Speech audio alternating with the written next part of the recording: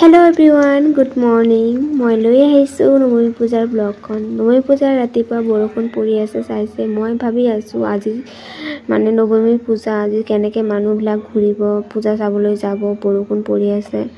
তাৰপিছত ঠিক হ'ল আৰু মানে বৰষুণ আৰু পৰা নাই, ৰাতিপুৱাই অলপ পৰিছিল আৰু তাৰপিছত আমাৰ দাদা মানে অষ্টমী পূজাৰ দিনাখন গৈছিল আমাৰ বৌক আনিবলৈ। তাৰপিছত নৱমী পূজাৰ দিনাখন লৈ আহিলে। এতিয়া 12টা বাজে আৰু তো আমি পূজা মণ্ডপলৈ আহিলোঁ। তো চাইছে পূজা হৈ আছে, অঞ্জলি লৈছে বহুতে আৰু কুমাৰী পূজাও হ'ব। কুমাৰীসকল বহি আছে ছাইডত।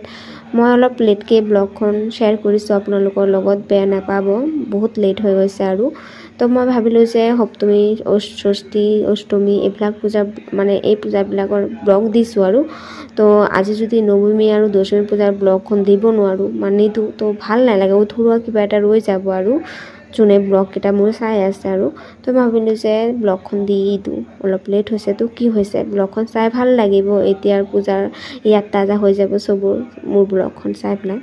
তাৰপিছত আমি পূজা চালোঁ, প্ৰসাদ খালোঁ, ইভিনিং টাইমত আহিলোঁ, ৰেষ্ট ল'লোঁ, চাহ পানী খালোঁ। সন্ধিয়া টাইমত আকৌ ৰেডি হ'লোঁ, ৰিলছ কেইটামান বনালোঁ, তাৰপিছত ওলাই আহিলোঁ। মাহঁতৰ লগতে ওলাইছোঁ, মাৰ বাহিৰে আৰু কোনো নাই আমাৰ ঘূৰিবলৈ। মানুহে লগৰ ছোৱালী বা বন্ধু বান্ধৱ, বয়ফ্ৰেণ্ড বহুত মানে কিবা কিবা আৰু ঘূৰি থাকে চবৰ লগত।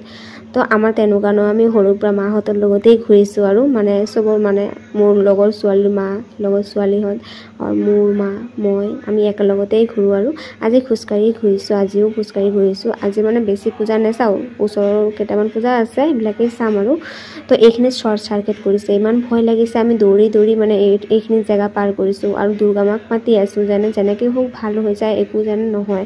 তাৰপিছত দেখিলোঁ যে অলপ পিছত ঠিক হৈছে চব, মানে দেখিলোঁ মানে অহাৰ সময়ত মানে দেখিছোঁ যে গান বজাই আছিল, ভাল লাগিছে তেতিয়া মনখন যে একো মানে বেয়া হোৱা নাই সঁচাই।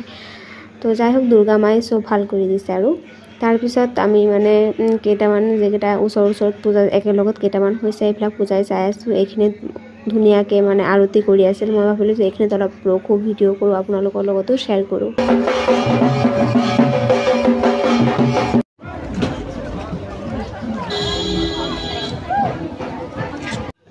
সঁচা কথা কি জানেনে, মোৰ না বহুত মন আছিল এইবাৰ নগা পূজা চাবলৈ, কিন্তু যোৱা নহ'ল।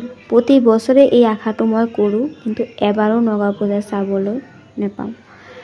আমাৰ এইখিনিতেই ঘূৰি থাকোঁ মাহঁতৰ লগত, সৰুৰ পৰা ডাঙৰ হৈছোঁ মাহঁতৰ লগতেই পূজা চাইছোঁ আৰু মানে আমাৰ এইখিনিতেই চাইছোঁ। কিন্তু তথাপিও মন যায় না, আমাৰ এইখিনি পূজাটো চায়েই থাকোঁ সৰুৰ পৰা। নগা ইমান ভাল ভাল পেণ্ডেল দিয়ে, ইমান ভাল ভাল পূজা হয়, মোবাইলত চাই থাকোঁ, মন যায় যাবলৈ।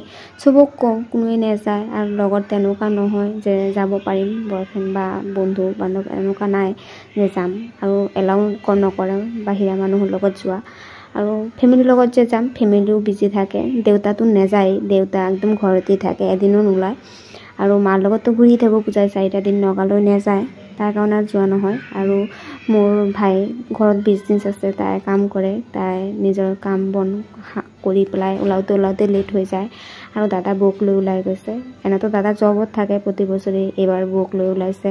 আমাৰ এইখিনিতে জব ট্ৰান্সফাৰ কৰিলে আৰু তো যাই হোক আজি আমি এইখিনিতে মোৰ ব্লগটো এইখিনিতে সামৰিলোঁ। নৱমী পূজাও শেষ হ'ল আৰু নগা পূজাও চোৱা নহ'ল এইবাৰো।